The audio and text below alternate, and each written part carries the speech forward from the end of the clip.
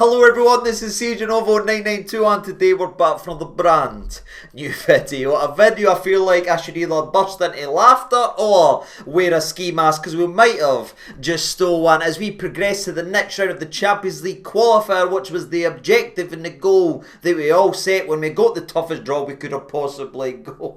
But does that mean the game was very good and we played well and maybe necessarily on paper deserved it? No, but does any of that matter? No, because we deserved more last year and we got sent out due to a ref mistake. So a year on, the fact we've took a step forward and we've done the job, that's all that matters to me. Now, I would have liked to have seen some resemblance of football, especially in the first half, because when I say it's bad, I'm not being over dramatic, I'm not just adding things up because the camera's here. I'm saying it was bad, ladies and gentlemen, and I'm not really sure how we survived that tie. In fact, I do know how we survived our tie, and again, it is probably easy talking about how many players were bad, because again, so many of them were bad, but it would be very much quicker and it would be much more to the point to talk about who actually played really well on the day. And there's someone, in my personal opinion, that got criticised heavily last season, myself included. I feel fairly, because he was dreadful last season. But there was a guy that stood in the middle of the sticks, chucked this point, and dived left and occasionally dived right. Now he's happily married and settled down, so I imagine he's off the field activities only the same way as that song goes on and continues. But if he's playing like that, man, it was shades Alan McGregor. Now, Jack Butland played so well, not only the night, but the two legs. You sit back and look and say, the only way he could have made that any better and any more memorable is if somehow, some way, he got booked for time wasting, because that's the only thing Jackie B was missing for what was a European masterclass. And again, the only thing that even remotely irked me based on what he's doing is how much my missy swoons every single time the guy comes on the telly, and I'm starting to wonder if he's wearing the short sleeves somehow to add to that swooning experience. But putting that to one side, if he's going to reach that performance and if he's going to reach that level to help us reach our objectives, both European wise, absolutely like it did today, but also if he can carry that form into domestically and be a goalkeeper that doesn't cost us 10-15 points a season and actually wins us 10 to 15 points this season, again, I'll tuck him in and I'll make him breakfast in the morning if he's going to reach that type of level. And again, he was so outstanding that I feel like he deserves the majority of the praise, because we're going to have a laugh, we're going to have a joke, we're going to do what we don't, but make no mistake about it, we won this game of football because Jackie B, and that shows you just the different levels and the mentality and the strength you need up here to perform at that type of level, because the guy's career looked done and dusted. Everybody all summer's been looking at this goalkeeper and listen, oh, we need this, he's never going to do this, he's not going to be that, he was a 6 months, he was a purple patch kid almost. That's the way people were talking about them, but he's went ahead and picked himself up from the downfall. Maybe Russell Martin's played his part in that as well. Maybe they've had a conversation. Jack Butland had a great interview, it was on Sky Sports the other day, talking about that and picking himself back up. Maybe the fact that Russell Martin has lived the big reputation up here and it's fell away and he's crumbled and had the downfall, maybe there has been something in there and that's helped him pick the pieces and put the pieces back together to get him back to reaching that level. But again, he was absolutely outstanding, and that's the best I've seen Jack Butland since Gareth Southgate stood in the stands and broke this man's heart by not selecting him for England. And now that he's reached that level once again, I am calling and I am petitioning an entire stadium ban for Southgate never to step foot in Ibrox again, because I can't afford that downfall. So Jackie B, absolutely man of the match. I'm going to save yous all the time, but there is another player in my personal opinion that stood out amongst what was just almost laughably bad performance for Rangers tonight, and that's the gas man. You know what I mean? I made the joke last week that we were cooking with gas, but now I'm starting to believe it a wee bit. If you blink twice, we brought on a super sub and he scored twice pretty much with his first shot, and Russell Martin slowly but surely morphing into David Brent, but instead of saying go on and getting the guitar, he's saying go and get the gas man, and the gas man came into a party, a period of play that we were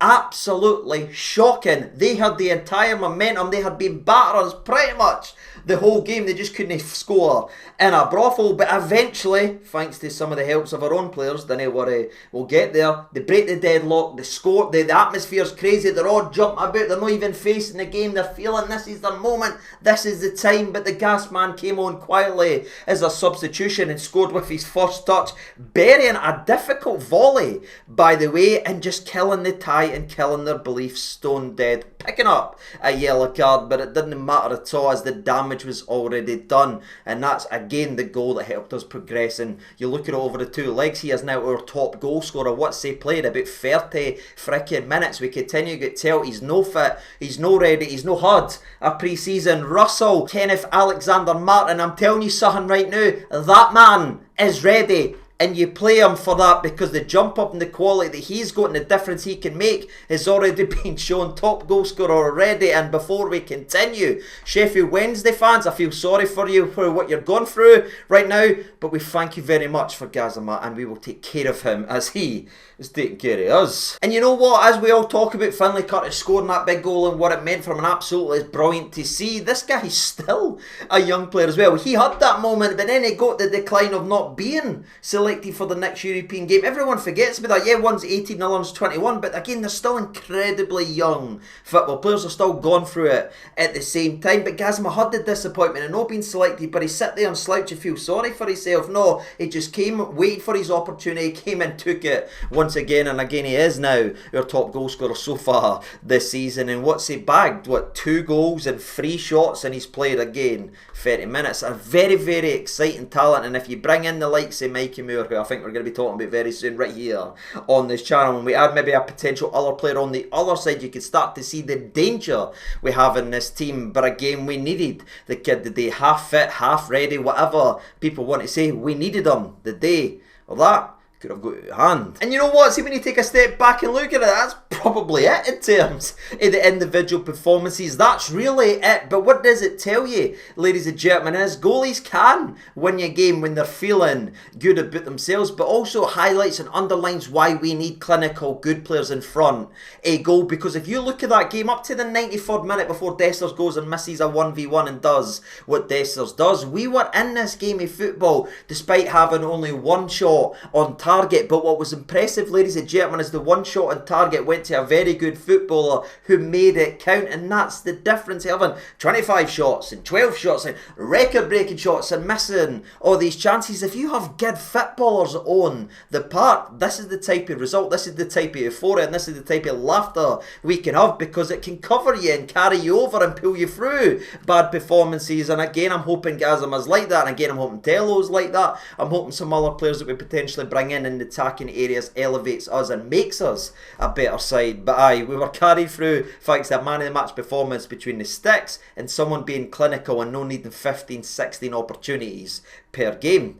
That's progression from last year. And yeah, that's probably about as shiny as I can polish up this bit of a third performance. But again, it's irrelevant. We qualified. That was the goal. Let's not move the goalpost now. That's what was required of Russell Martin. He's got us there. Now I'm hoping he sits and looks and goes, he's really good in training. This looks great in training. This looks great in training. Russell, please, big man, just look at the previous years and look at the managers. Whether you're a head coach or just look at the managers who are unemployed because they trusted players who are good on the training park. Does they translate on to the game? Some can and some can't handle the weight of this shot. And I think today was the clearest example of that. Certain players he's trying his best to force in, just isn't going to cut it and make him a success, which will then make us a success, ladies and gentlemen. So it's a big, hopeful learning experience for Russell Martin as well. I'm sure he's proud of his team. I don't know what he said so far, as obviously I've came up to film right away. Clearly I'm not in Greece this time, we're not away for a European trip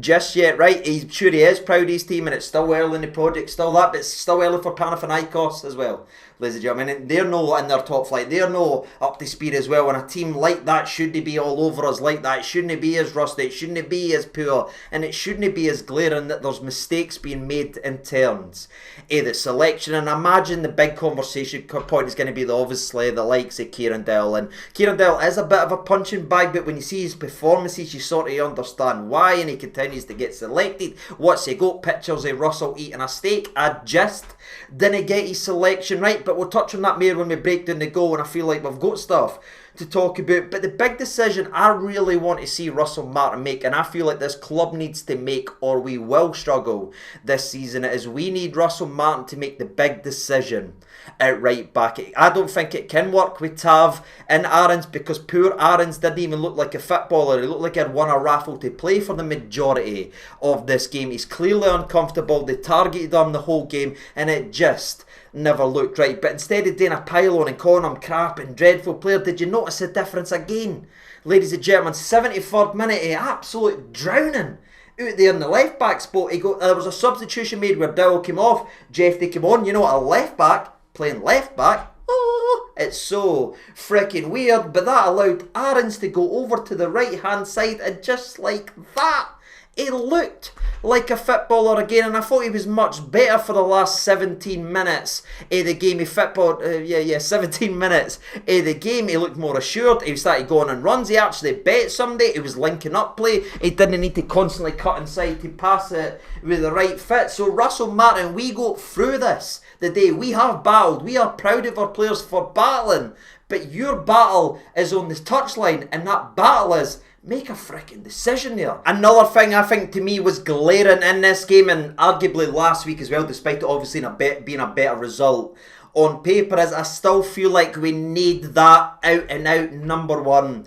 centre half. Right, Nasser has some nice things today, but also some rough things. He's still a young player. He's still a new player to the team. I'm sure that will go. I've got a wee bit less leeway. I've got a wee bit of a shorter leash to the players that's been year after year after year. It continues to deliver up slop. So I'm willing to give Nasser a wee opportunity, you know what I mean, a wee chance to get better. But I'm sitting there and looking at Big Soapy, man, and I'm going, Soapy, what on earth are you doing today? And honestly, I know every single time I talk about Suter, I get slammed online, I get slammed in the comments section below, but honestly, ladies and gentlemen, I just didn't see. I thought he was really poor again today, and if you were taking a drink and taking a shot every time Suter just gave the ball away aimlessly or ran into danger, allowing a counter-attack. Do you know what's funny? There's a massive jump cut right here, by the way. That's not because I'm redoing this line or anything like that. The camera actually shut off as I was building it up, and that's the perfect example of what happened here. I've had that many shots, everything would have stopped working. Thank you, camera. That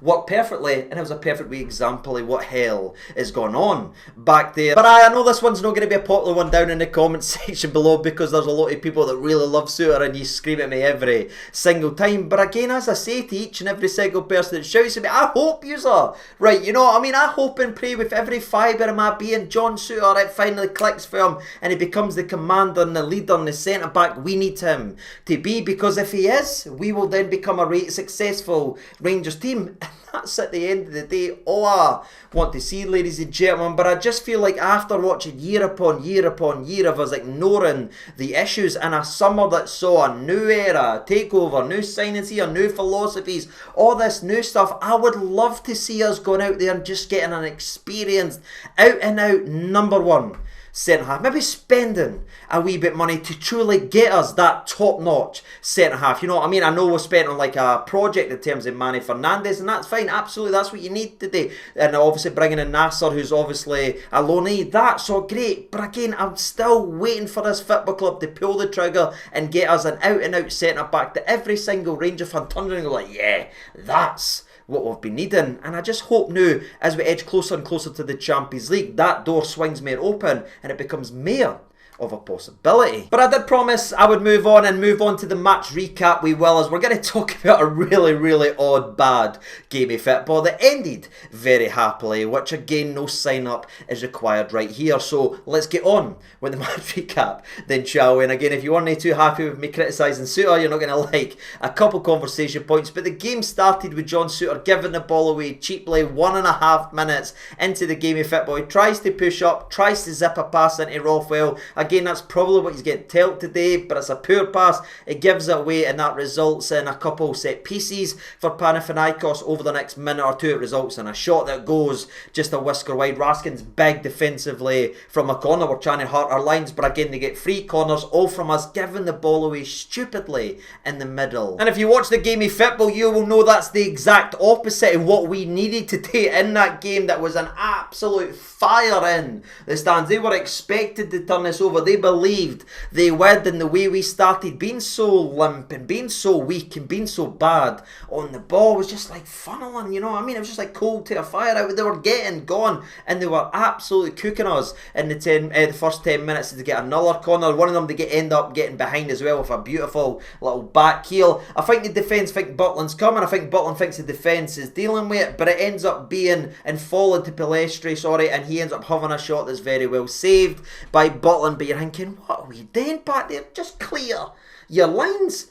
But that's no the case either. And then you have to jump to the 14th minute where one of the most brain-numbingly decisions I've ever seen. It's a long ball, right? And you see Suter is just going, I'm just going to leave it. The ball's coming right to him. He just lets it run through, and it runs through where Max Aaron's, to be fair, as much as I'm criticising Suter, because if he just goes like that, he's clearing it, but he jumps out the way, lets it run through. I don't know why, but Aarons has got the pace, recovery pace to make it up for that mistake, but then he's too weak as he's trying to constantly get it on his right foot. He's off balance because he's a right back, ladies and gentlemen, so he's trying to get it onto his right hand side. The attacker just gives him a wee shove there. They end up running through and goal, and you're thinking this is the most Rangers goal you could possibly ever see. Our centre back no just headering a football, brain numbingly letting it fall through, and then our left back, who's technically a right back, just falls there instead of kicking into the stands. They run through, your hands are out of your head, but thankfully your brilliant save by Butland, so you open them back up, and you see Jackie B making his best save probably overall in the tie. Now unfortunately this didn't wake us up at all, because several minutes after that, around about 5-6 minutes of really poor play, and Raskin was guilty of this here, Rothwell was guilty of this, Diamandi, just the midfield just couldn't get on the ball. We cut his tried his best, was running about, but it was all breaking down. Kieran Dill was apparently there as well, you know what I mean? So nothing was really sticking, so it was just funneling again and again and again, and they end up getting wide, whipping a brilliant ball. And the attacker, and their captain Leonidas gets a header, and it's very well saved by Jackie B. Yes, it's a bit straight arm, but it's a point blank save. His positioning spot on, and after watching him last season when it was sometimes questionable, that's another big save for number one, who's been called into action 3 times from almost a 1v1 situation in the first 21 minutes of this game. And what's really frustrating is even that never woke us up, as we were still playing the game as if it was a friendly. But where Panathinaikos has been denied by the brilliance of Jack Butland so far, the 28th minute, they were really at their own fault for not bursting the back in it. Nasser and Tavernier are trying to play that wee play at the back. I told you it's terrifying. Didn't I say it when we announced Russell Martin? This is going to be terrifying. We're just going to have to get used to it and hopefully sign players that are used to playing this way. But Nasser fizzes it into Tavernier. Tavernier takes a touch, which is a good touch. Credit to the skip dog, but I have to give discredit right now because he just freezes, you know what I mean? He just stops there like he's lagging troops, and then that allows the winger from Panathinaikos to come in, shove him at the road. Tavernier's on his jacksy. They've got an opportunity, 3 versus 2. They zip a ball into the middle of the park. Again, it should be bursting to back in it, but he sends it almost back to Govan as he balloons it out of the bar with the biggest opportunity they created. But again, we helped create it with just numbness up here. Just fizzing it into Tav. Again, as a risk for Nasser, but that's what we're getting taught today. Tavernier's done the right thing. He stopped it, but then he needs to get rid of it or find the pass or pass it back to Butland. But he just stops for a second, hesitates, and you can't do that inside your own box. But aye, 30 minutes into the game, what you've saw is chance after chance, corner after corner, and the only thing we've got to show for it through an entire first half is a corner for Rothwell where he chips it beautifully to Big Suter, who, to be fair to him, gets his head on it. He does it doing Finlay Curtis on a swivel, tries to hit a volley and probably should. They bury it, but that's all we mustered really in the first half, barring another set set piece just before half time where again Rothwell on the money to Raskin, but Raskin can't get it on target. That's all we mustered in a game we were truly suffocated in the first half, and we done more wrong than right. And it's one of the games again that you just go in at half time and burst out laughing going, how are we not getting beat here? But as I said in social media, where it is bad and where it is frustrating and where it is really scary, if you look at it, we are 45 minutes away for progressing from the toughest draw we could have got into the next round in the Champions League qualifier, because we have a 2-0 advantage, 45 minutes to go. If you'd have offered any Rangers fan, we'd have took that. So I was just hoping that was echoed, and instead of just tell everybody just to calm down, be a wee bit more pragmatic with the ball, just keep the ball a wee bit longer, just suffocate the opposition, put the fire out that's up there building, just slow it all down. Did we do that? No, because 12 seconds into the start of the second half, we pass it back to Suter and tell me try and prick a worldy Hollywood pass that goes straight to Panathinaikos, and within a minute of the restart, they've got another shot that's thankfully blocked, this time I believe by Suter, so fair play makes up for his mistake. But it's like, just keep a hold of the ball, man, please. It's looked like, again, we were raffle winners for the majority of the game, and you could only keep getting lucky so many times. Eventually it was going to come due. Again, Aarons was really struggling back there. I didn't think anybody defensively was covering themselves in glory, and then we go ahead and concede one of the worst goals I've seen us concede in 3 days since the weekend, ladies and gentlemen. As the ball comes down, it's whipped in from the right hand side of Panathinaikos, so for the left hand side for us you've got Nasser and both Max Aarons, I should say, going ahead and keeping them onside. They whip the ball into the back post, and you're just expecting somebody to be there to heed it away. Oh no, you're talking about Rangers and you're talking about the back post, so you know what that means. But instead of sitting here and taking the easy little slam ball and say, oh, FFS Tav, or oh, it's Tav's fault. Tav's actually got his man. Do you know whose fault it is, ladies and gentlemen? It's Kieran Dell, who, I'm just going to use my bottle of Coke Zero. No, it's actually Coke Lemon, you know what I mean? Who needs sugar? Apparently me, because it is. Got it in there, right? So Kieran Dell looks at him, right, glances, and then just hesitates as the ball comes in. He goes, should I go? Am I supposed to be keeping him offside? Should I go? And that hesitation and that just brain fart again just leaves a free heater 6 yards out, where again he doesn't get the clearest touch on it, but it's enough to beat Butland, and you're probably saying, oh, that's a lucky finish. But we probably had luck up to that moment. But I would say it was unbelievably bad of Kieran Dell just to leave his man free in a Champions League qualifier for an easy finish like that. But it is believable because every single Rangers fan has been screaming and begging and telling everybody that will listen that he's just not very good. Something else that wasn't very good, by the way, is how long this VAR decision took, as I think it took over 3 whole minutes, possibly even 4 minutes, to finally confirm the goal, where everybody after the first highlight went, well, Nasser and Aarons is keeping him onside then. Yeah, it's a mile onside. But after a lengthy delay, in which we also made a substitution, by the way, as we brought on the gas man for Finlay Curtis, we had put the ball in the back of net brilliantly, as both Danilo and Raskin have a couple shots that are blocked. Danny's scrapping for everything. Danny's trying his best, but it ends up going up in the air inside the box where the gas man is, and it's a brilliant volley. This isn't a tap-in. It's not an easy goal. He's got his little knee air that and burst the back of net before the goalie can lift it. See, that's just brilliant, and it's clinical, and it's the type of chances, in my opinion, we've missed in the last couple of seasons, where we've needed 3 or 4 opportunities at least per player to put the ball in the back of net. There's another chance falling to the gas man, and the gas man goes ahead and takes away a brilliant finish. And again, just like that, troops, goals truly change games. You're welcome for that. We saying that you've probably heard many times, but it just killed the stadium, because they truly believed after that goal was finally given, yes, it's us. We had to wait for VAR. Yes, we're into this game again. Their fans have got their tops off, not even facing it, and they missed the goal they've conceded. And just like that, it drastically killed, I think, any hope and any belief that Panathinaikos thought of doing it, because you could just feel the goal killing the stadium, right? They had battered us for the majority of the game. It wasn't looking like they finally got their moment, but then we hit them back and restore our advantage that we had prior to kick off. And that game shows you the importance of goals. And Panathinaikos, despite creating all our opportunities and us maybe playing into it, they were never as dominant after we made it 1-1 than it was prior to them opening the scoring, in my opinion. So thank you, Gassamas. The last and biggest opportunity Panathinaikos had to making it 2-1 and really adding it on was before we made the substitution in the 73rd minute, where Tete, as we talked about in the preview video, cuts inside, curls a beautiful one to the back post, but again it just misses the post and misses the man again like that, and you're thinking, oh my god, we need to change this, it's absolutely bad. And then you see Jeffy getting warmed up and you start getting excited, be like, yes, the defence is going to get improved. We're talking about Jeff here improving the defence. That's how low the balance.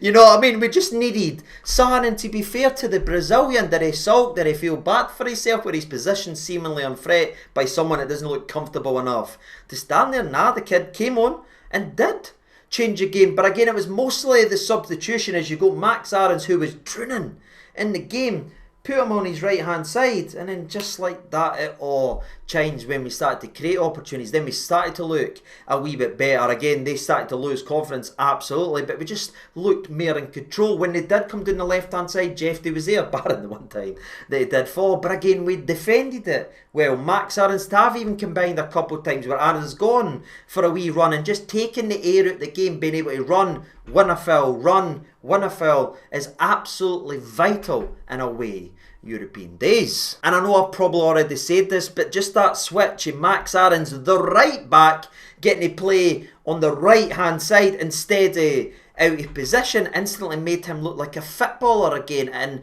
put a lot of the fires out that was burning maced that defence. It'll never catch on playing a right back on the right side. But there is an opportunity and there is a chance late on in the game of football, despite some nice flashes of work between Jeff and Gassamas. Gassamas should probably slide them in at one time as well, by the way, but it was pretty promising. They've not had any minutes together so far. They had an opportunity to go ahead and truly steal this game and truly win it. And of course you're talking about a 1v1, so you know who we're talking about. Big Des, brilliant ball in behind him.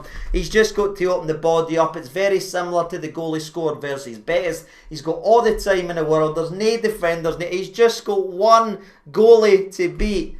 And he just hits it sort of straight at him. I know you're, oh, it's a brilliant save and everything like that, but is it? You know what I mean? It's Dessers being Dessers, but thankfully it didn't come back to haunt this football team. And that goes back to what we talked about earlier. We're getting some real attacking talent. It doesn't require numerous chances, and that paid its importance in today's win or today's draw that saw us progress, in my personal opinion. So we weren't too reliant on Dessers needing to score the big chance, because we've already signed a player this season that took his chance when it came. And that was the game of football, ladies and gentlemen. Again, the ugliest game you will ever see, but as I said earlier on in today's video, and despite me having to go through the trenches and relive a lot of that frustrating, it is completely relevant now.